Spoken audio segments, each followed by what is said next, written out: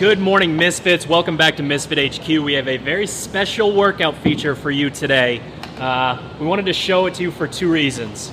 You'll know one of the reasons if you know us here in a second, but the second reason is because we have an interval today on the blog that you get to rest as long as needed between two rounds. We're really looking for that, like, light yourself on fire and see what happens sort of thing. So we got 2 rounds, 24/20 calorie ski, 24 dumbbell front squats with the 70s or the 50s for MFT.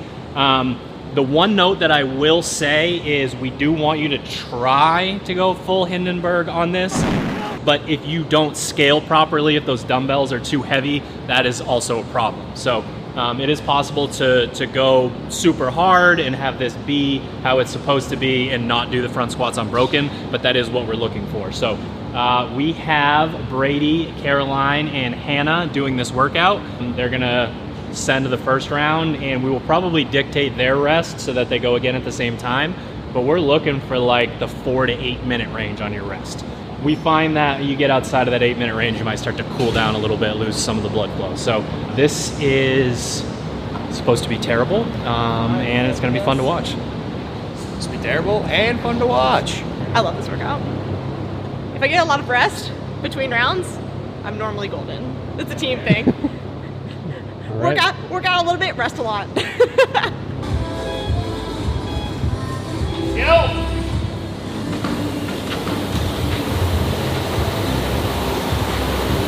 Whoa. I can't do wall balls.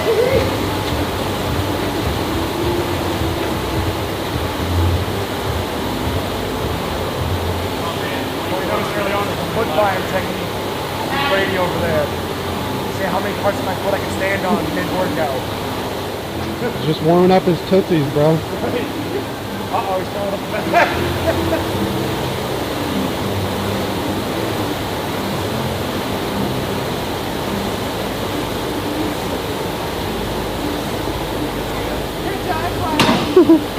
Pick him up!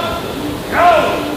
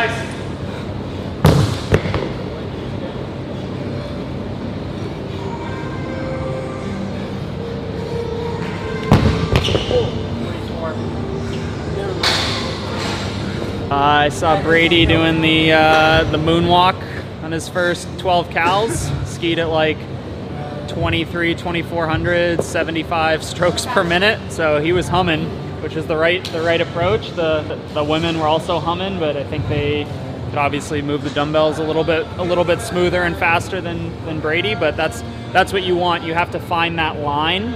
And in a piece like this, like, it's so, choosing the correct number of calories and weight is so important, because if you are like, 24/20 calories, that's like, I can go pretty hard on that for a while. It's like, no, only 2 rounds of work, you have to be able to really rip on the skier. So it's like, yeah, maybe in the second round it starts to fall off with like 5 calories left and you're kind of grinding through. That's acceptable, but what we don't want is to see people like kind of gaming it just to go unbroken on the front squat. It's not a front squat workout, it's a send workout. So see what happens in round 2. Something about the element of being around other people just gets you to push a little bit harder. Kind of a ski that fast without looking like someone electrocuted you. What's it on? Like 3, 4. Yeah. Yeah, you can get more out of it with like really like thoughtful, big reach and coming down than relying only on strokes per minute. Never skied that hard in my life. I don't think anyone's ever seen that hard in their life. I felt great, and then on my second one, I thought I was gonna pass out. Like your breathing doesn't need to be in sync with your stroke rate. I don't know if it could be. You might die if you breathe that. Hyperventilate, pass out. He looked crazier than whatever is in your mind's eye. His feet were levitating and sliding around for almost the whole For time. every stroke, he did 6 triple unders. The latest you go would be 10 minutes. Yeah. What are the indicators for athletes when their rest period should be done? I want people to understand their own physiology without having to use wearables, but like one thing is you could, if you don't know what the fuck I'm talking about, if your heart rate starts to get down back into the 80s and 90s, that's a good indication, but you should feel it. Like depending on how efficient you are in your movement, you could be looking at more localized muscle fatigue than someone who moves great and has, is more of a heart rate thing. So you should feel mentally and physically ready to do exactly what you just did again. And for Brady, we're probably looking for him to either through efficiency or going slower to try and improve his round time by skiing at a pace that allows him to pick up the dumbbells and go unbroken.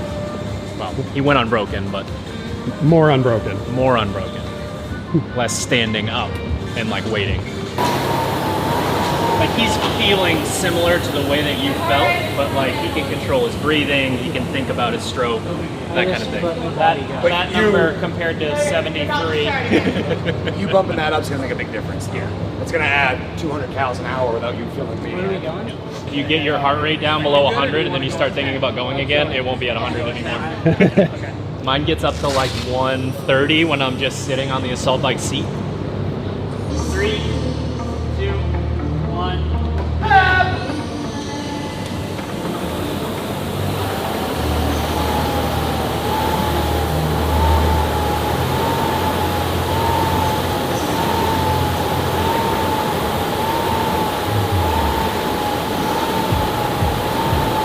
Don't wait at the bottom of your stroke, right back up.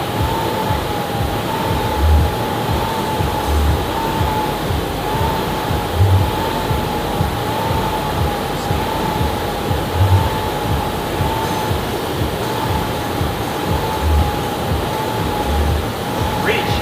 Get tall.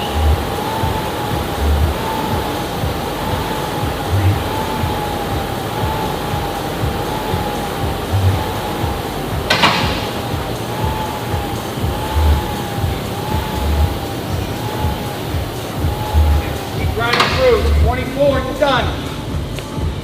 No thinking, no thinking. Go. Breathe every rep.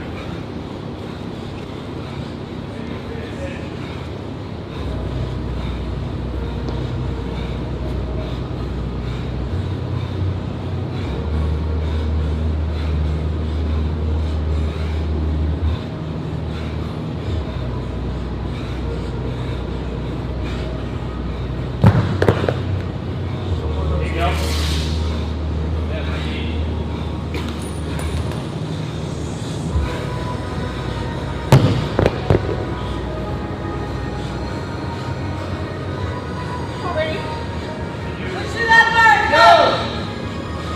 All down up for the last 4. Just down up.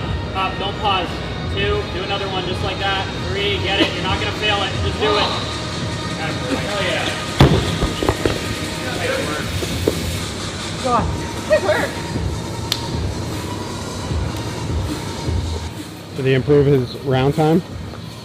No, but he might have needed another minute or so, but we're trying to keep everybody together. But overall, that was exactly what we wanted. He also learned a lot about, one, he just learned like what he should be using for a damper when it's like super high output on the ski versus like a more sustained pace. Dumbbells are a little bit heavy for him. We're still working on getting stronger, putting on a little bit of mass. So like mass moves mass, especially machine heavy dumbbell, but he did exactly what he needed to. A little bit more controlled, but still an aggressive pace, and then stayed tough. So that's all you can ask for, and he's feeling it. Check. Mission accomplished. Sure. That was fun. That was fun. Carol was really fast at squats. that like 8.5-minute rest didn't feel like enough. I skied fast in the second round, but I fell apart more on the squats. So choose your battles. I'd say like if you want to get better at skiing, this is the workout to go hard and then capitalize on maybe a strength of yours like the squat. Just hurt on the ski so you can actually push and grow from it. Good work. I want to say Well, it's like I have no arms. There you have it. That's how it goes. I mean, I think a really important distinction between Brady, someone who's getting started, and what Caroline just said was super important. She said it was really bad once it was over. Once you realize that you can have that mindset and nothing's creeping in to your skull during this piece until you get done, that's when you're allowed to be like, oh, this sucked, I hated it, whatever.